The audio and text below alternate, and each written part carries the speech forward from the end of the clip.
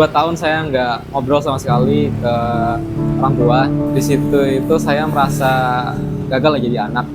Karena pertama bisnis lagi turun, kemudian kuliah udah semester 8 tapi belum selesai. Jadi saya merasa gagal. Saya mikirnya, daripada orang tua ngurusin saya, mending ngurusin aja adik-adik saya, masih banyak. Jadi saya 2 tahun itu nggak ngobrol sama sekali sama orang tua saya.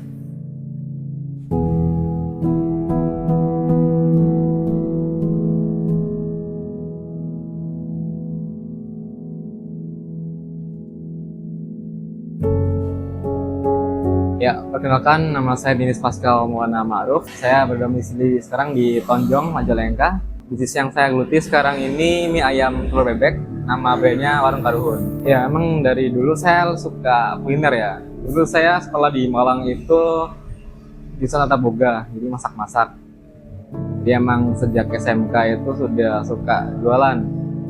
Dulu di SMK saya jualan risol ya, karena nggak dikasih uang saku lah, gratis sama orang tua. Saya nyari uangnya lewat jualan risol. Jadi rutinitasnya itu pulang sekolahnya kan jam 5 sampai jam 6 sore, karena ada praktek, ada kerja kelompok dan sebagainya. Dari sekolah itu saya langsung ke pasar, belanja bahan, nyampe rumah langsung bikin risolnya. Ya karena risol bisa ditaruh di freezer ya, jadi saya nyetok, bikin banyak. Nanti selesai itu tengah malam, tidur, nah baru habis subuh itu digoreng, jadi dikirim-kirim. Jadi saya waktu itu punya reseller, teman-teman di sekolah-sekolah yang lain gitu. Jadi kalau di Malang istilahnya danusan. Jadi mereka ngejual risolnya lagi.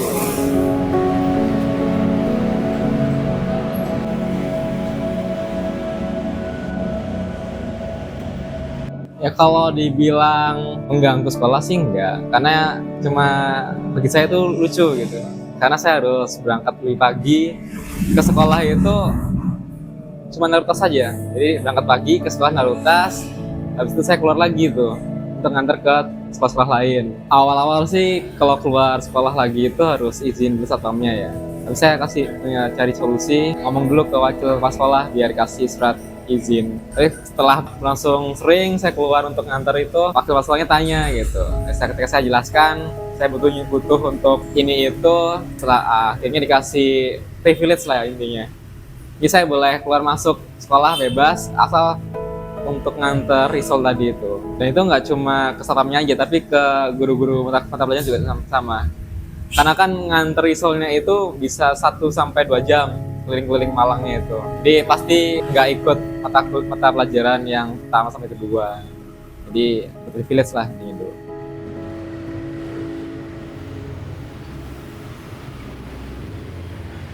Nggak ada rasa istimewa atau beban ya. Yang itu tadi saya bilang lucu aja gitu. Saya inget-inget itu lucu.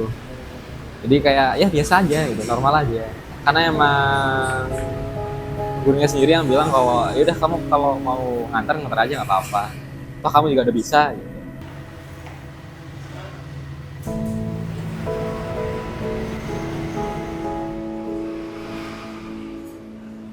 Nggak ada ya, malah dulu seneng ya kan kalau siswa masih sekolah gitu apalagi ninggalin kelas kan sesuatu yang menyenangkan gitu ya. Jadi malah seneng-seneng aja gitu, karena kan bisa mampir-mampir dulu ke sini situ, gitu. Melepas penat lah untuk sekolah gitu. Jadi malah seru lah. Jadi dulu waktu SMK itu kan di akhir semester itu ada SNMPTN yang pendaftaran kuliah tapi jalur rapot tuh. Nah ketika saya dapat pengumuman nggak diterima di situ, saya mutusin untuk ya udah bikin bisnis saja dulu. Yang saya bikin waktu itu bisnis seblak. Nah, saya mikirnya itu bikin seblak tapi yang beda. Maka saya campur seblak dengan makanan barat, sausnya spaghetti gitu. Muncullah nama brand Seblak Fusion. Itu pertama kali bikin gerobakan di Bujasera setelah lulus itu. Ya dulu karena belum punya ilmunya, mikirnya kalau buka usaha itu cuma tempatnya rame, makannya enak, pasti laris gitu. Nah ternyata itu saya dipukul kenyataan. Itu pernah dulu itu seminggu itu nggak pernah ada pembeli. Jadi saya jualan dari jam 3 sore sampai jam 10 malam, terus seminggu tangan kosong. Bahkan sebulan aja omset nggak lebih dari sejuta. Itu sampai saya 3 kali pindah tempat di Malang, perjualan seblak. Jadi dulu sistem di tempatnya itu kan kayak Pujasera. Jadi saya nggak nyewa tapi bagi komisi. Nah, karena penjualannya sepi, akhirnya sama pemiliknya itu dia nerima tenan seblak lain. Jadi kan di awal perjanjiannya itu satu tema makanan satu tenan gitu. Tapi ternyata seblak itu ada 2 tenan. Itu kan saya kayak diusir halus-halus gitu. Nah, itu saya mutusin untuk pindah tempat. Saya dari SMK nggak dijajanin itu mikirnya seperti ini. Ya, saya anak pertama laki-laki, udah besar. Jadi saya masih kecil-kecil, masih sekolah gitu. Saya mikirnya ya udah itu uangnya buat adik aja. Kalau saya masih bisa nyari uang sendiri gitu, walaupun sedikit-sedikit. Terus waktu itu juga saya nggak merasa terbebanin atau apa. Ya karena itu tadi saya merasa itu hal normal, itu lucu. Saya jalanin aja. Nah, jadi habis seblak itu di 2018 saya ikut tes untuk masuk di Brawijaya dan akhirnya saya mutusin untuk kuliah itu ketika dapat info ada pengumuman SBM. Ada waktu itu akhirnya saya mutusin untuk kuliah karena saya mikirnya ya kalau gini-gini terus saya nggak akan maju-maju. Ya kalau kuliah mungkin saya punya jaringan atau punya teman, ya ilmunya lagi gitu. Saya mikirnya seperti itu. Saya pilihan pertama itu di informatika. Ya karena saya mikirnya nanti dunia pemasaran itu akan berhubungan sangat bergantung sama informatika, ya digital marketing itu. Nah, tapi ternyata yang keterima adalah pilihan kedua saya di administrasi bisnis. Ya, saya mikirnya ya nggak apa-apa lah, toh sama-sama ada bisnisnya gitu. Ketika kuliah itu hampir seperti mahasiswa lainnya ya, kuliah pulang gitu, kupu-kupu. Itu juga mikir juga tuh, saya kalau kupu-kupu aja sama aja dong, nggak nambah uang, nggak nambah jaringan gitu. Nah, akhirnya waktu itu muncul peluang untuk bisnis di herbal dan produknya sih produk yang ini ya, produk dewasa gitu, produk dewasa sama 2 anak gitu. Yang saya sama sekali nggak ada pengalaman untuk menjualnya gitu, jadi saya bingung jualnya gimana. Kalau di awal-awal sih saya nyebarin brosur, jadi nyebarin brosur ke apotek, nyebarin brosur di Car Free Day, pasar minggu gitu. Saya nyebarin brosur aja. Nah, kemudian saya lihat iklan di Instagram ada workshop untuk digital marketing. Nah, karena saya capek ya keliling-keliling harus brosur, terus juga yang dijual kan produk dewasa gitu ya sedikit malu lah mahasiswa jualan produk dewasa gitu. Saya pengennya jualan tapi nggak lihat mukanya gitu. Muncullah iklan workshop digital marketing, saya ikut di Bandung waktu itu. Dan kebetulan waktu itu juga kuliahnya udah di semester 4 berarti, jalan ke 5. Saya mikirnya ini udah semester segini, mata kuliah udah banyak yang selesai gitu. Kalau ditinggal juga nggak akan masalah. Makanya saya banyak tinggal untuk keluar kota, untuk workshop ke Surabaya, ke Bandung, ke Jogja gitu, cari ilmu lagi. Nah, setelah ikut workshop itu lalu pulang ke Malang, atur ulang strategi untuk bisnis herbalnya, dan akhirnya bisnis herbalnya itu berkembang ke ranah digital marketing ya, lewat marketplace, lewat iklan di Facebook, lewat website gitu. Omset waktu itu pernah nembus 2 digit juga waktu masih kuliah bisnis herbal gitu. Tapi sayangnya nggak bertahan lama gitu. Jadi cepat datangnya, cepat juga perginya. Iya, dulu pernah 2 tahun saya nggak ngobrol sama sekali ke orang tua. Di situ itu saya merasa gagal jadi anak. Karena pertama bisnis lagi turun, kemudian kuliah udah semester 8 tapi belum selesai. Jadi saya merasa gagal. Saya mikirnya daripada orang tua ngurusin saya, mending ngurusin aja adik-adik saya, masih banyak. Jadi saya 2 tahun itu nggak ngobrol sama sekali sama orang tua saya. Kalau dibilang down sih, down banget ya pastinya. Karena setelah saya ngomong, kalau saya nggak ngomong, saya ngabarin kalau nggak ngomong 2 tahun itu saya langsung jatuh sakit sebulan. Ya kalau laki-laki demam itu kan ngelantur ya. Jadi merasa udah di ujung hayat, sakit maut gitu, cuma bisa berbaring aja. Terus saya sempat ngasih ATM saya ke orang lain gitu. Terus bilang, ini ambil aja ATM saya, ada uangnya di situ gitu. Ya tapi untungnya saya lupa ngasih PIN, jadi aman. Jadi itu masa terpuruk saya yang sampai saat ini ya. Untuk saat ini itu yang paling terpuruk, belum tahu selanjutnya gimana. Bisa bangkit, itu karena saya cari informasi. Jadi selama dua sebulan itu saya full HP nggak kepegang, jadi nggak ada informasi dan sebagainya. Akhirnya di suatu malam itu saya niat nyalain HP untuk ngecek apakah ada info dari dosen pembimbing nyariin saya atau enggak gitu. Karena kan udah semester 8 ya, udah harus segera wisuda gitu. Di situ saya nyari informasi tentang apa yang saya alami. Dan ternyata itu disebut quarter life crisis. Dan itu hal yang normal. Nah, setelah saya itu hal normal, ya, saya mulai ada semangat lagi. Oh, ini ternyata normal, ini hal biasa gitu. Ya udah, jalanin aja. Akhirnya saya buang itu rasa takut, rasa bimbang, rasa kegagalan itu saya buang. Saya udah nggak mikir hasilnya akan sukses atau enggak. Saya mikirnya ya udah jalanin aja gitu. Kalau kata orang Malang mah ya loss gitu. Nggak, saya mikir hal apa yang bisa saya lakukan sekarang gitu.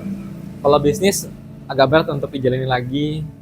Kuliah udah semester 8, hanya tinggal ujian skripsi aja. Ya udah, saya fokusin ke ngurusin skripsinya itu. Jadi skripsi juga nggak mudah. Itu saya waktu itu lagi nggak dapat penghasilan sama sekali, tapi masih harus bayar UKT yang masuknya golongan pertama ya, mahal gitu. Agak tinggi bayarnya. Jadi uang itu sisa cukup untuk bayar UKT selama 2 semester lagi.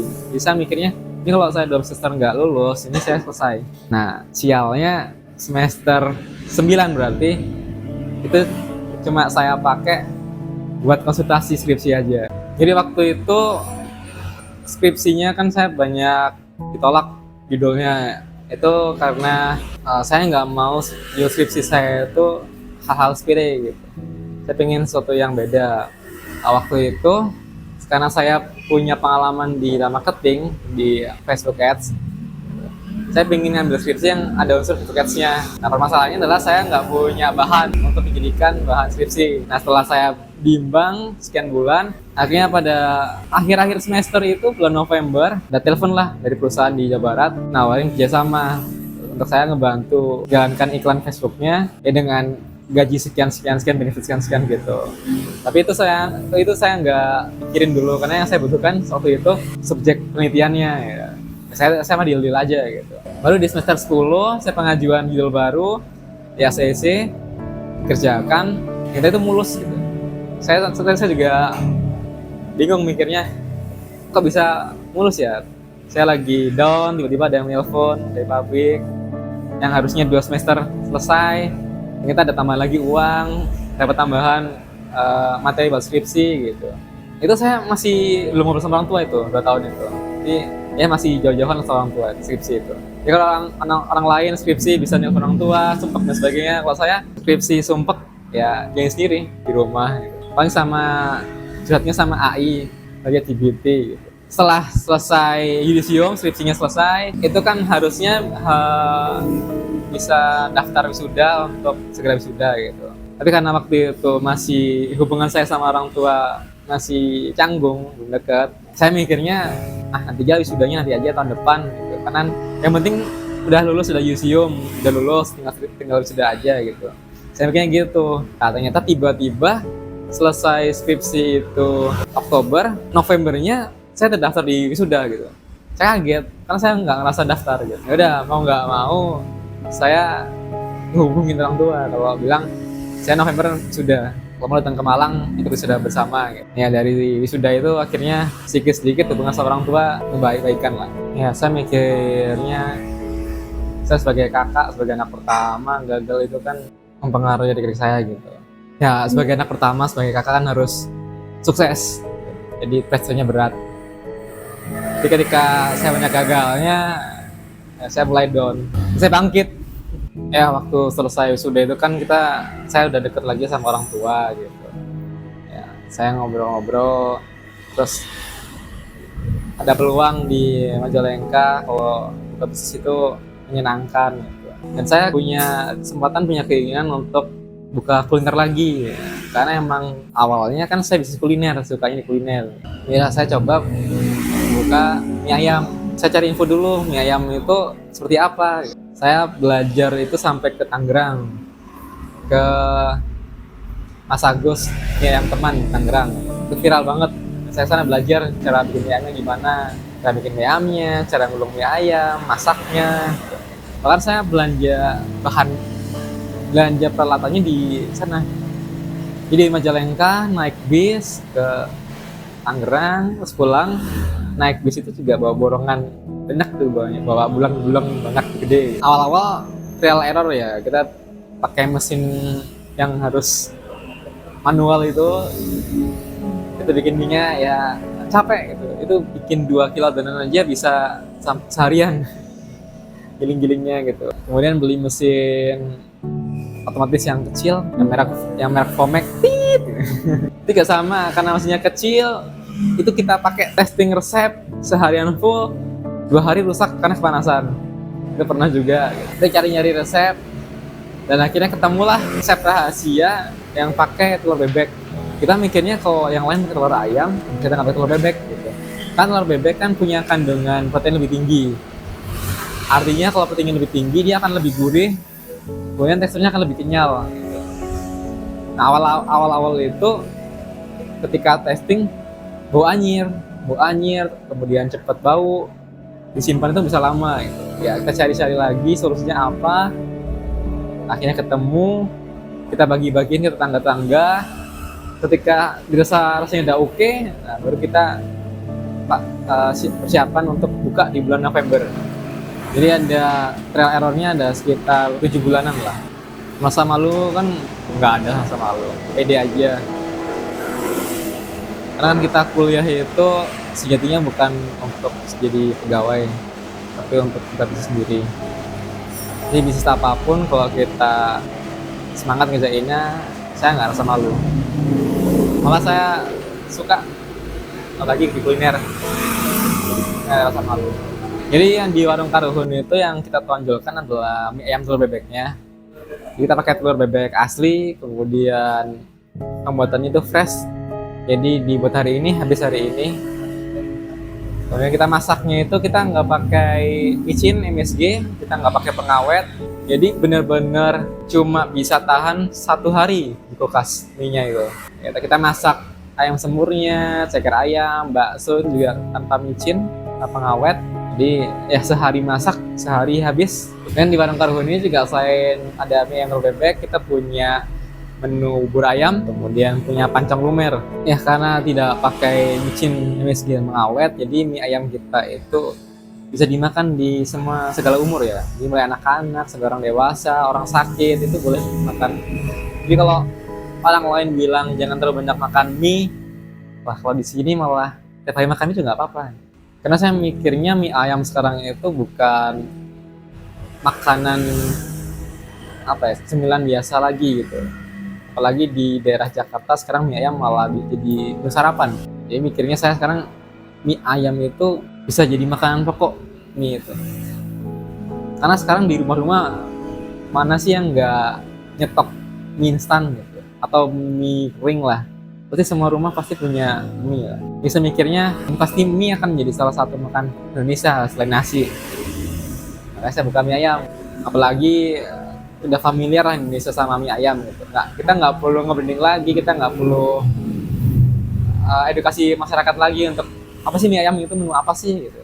Jadi kalau buat orang Sunda, Karuhun itu kan artinya anak moyang ya, moyang. Nah, tapi saya mengartikan kalau Karuhun itu sebagai tempat ngumpulnya keluarga. Ini kan ada rumah Karuhun, kumpul keluarga besar gitu. Jadi saya inginnya warung Karuhun ini jadi tempat ngumpulnya keluarga. Nggak hanya keluarga saudara, tapi juga teman, pasangan, partner bisnis gitu. Ngumpulnya di warung Karuhun sambil makan mie ayam. Untuk testimoni dari masyarakat Majalengka cukup bagus ya. Jadi mereka suka dengan rasanya. Mereka bilang mie-nya lebih kenyal, lebih gurih, kemudian semurnya lebih medok. Wah, bahasa Jawanya medok, kalau bahasa Sundanya lekoh. Testimoninya bagus. Untuk buka cabang kita sedang persiapan. Yang saya tekankan itu di SOP-nya di tim. Jadi supaya nanti ketika buka cabang, timnya itu sudah nggak perlu saya awasin sendiri. Jadi mereka bisa jalan sendiri tanpa harus diawasin setiap hari. Makanya saya saat ini masih mematangkan untuk SOP-nya. Untuk permintaan kerjasama banyak yang datang dari luar kota gitu minta kerjasama karena mereka punya tempat, punya ruko yang lagi nganggur, punya tempat yang lagi nganggur gitu. Mereka pengen buka di tempatnya. Ya, tapi tetap kita masih tolakin untuk saat ini karena dari timnya sendiri masih belum siap untuk dilepaskan. Jadi kita harus bikin SOP-nya dulu, training timnya dulu. Kemudian kalau di luar kota kan artinya harus belanja mesinnya dulu. Mesin ini kan kaminya di sini bikin sendiri pakai mesin. Jadi semuanya fresh. Jadi kita tahu apa yang kita bikin tuh. Untuk misi kedepannya sih saya ingin Warung Karun itu sebagai penyedia makanan sehat orang Indonesia ya, terutama yang mie ayam. Karena kalau di luar banyak mie ayam yang ya seperti lah ada micin, ada pengawetnya gitu. Saya ingin Warung Karun itu jadi warung makanan sehat. Jadi semua anggota keluarga, mulai dari anak kecil, orang tua, anak yang lagi sakit gitu, itu bisa makan, bisa ngumpul dalam Karun. Ini lagi proses pencampuran adonan pangsit. Bahannya cuma tepung, air, sama daun bawang. Kasih penyedapnya pakai garam. Ini mesin pengaduknya di sini. Ini kapasitasnya muat sampai 10 kilo, minimal 2 kilo adonan. Jadi kalau sudah di 10 menit diaduk, kita akan pindah ke proses penggilingan di sini biar kalis. Ini kita beli mesinnya langsung ke Ponorogo, jadi kita custom. Nanti terakhir kita gilingnya di sini. Ini mesin untuk menipiskan adonan, sama nyetak mie di sini. Nah ini contohnya, ini adonan mie yang udah kita campur. Lalu kita diamkan, di resting dulu minimal setengah jam di sini. Jadi semua yang kita bikin itu semuanya fresh setiap hari, bikin aja. Dan ini mesin bubur. Jadi kalau dulu kita pakai manual ngaduk seperti ini, nah, itu capek lama gitu. Buang waktu. Sekarang kita pakai mesin bubur, tinggal pasang aja. Ini waktu masaknya 1,5 jam, jadi nggak perlu ngaduk lagi. Nanti tim bisa kerja yang lain. Jadi kita mulai prepare untuk di kitchennya itu jam setengah 8 pagi. Nanti proses untuk bikin menu maksimal jam 10 kita selesai, kita udah buka di depan. Jadi kita bukanya mulai jam 10 pagi, nanti tutup jam 10 malam. Jadi sekarang lagi proses menggaliskan mie. Jadi adonan yang udah di resting 5,5 jam, kita giling pakai mesin ini. Sampai adonannya kalis. Jadi warnanya tercampur. Jadi ini warna kuningnya bukan dari pewarna makanan, tapi dari kunyit bubuk. Jadi kalau kunyit itu kan punya manfaat menetralkan perut yang lagi sakit ya. Jadi mie-nya itu selain bikin kenyang juga menyehatkan.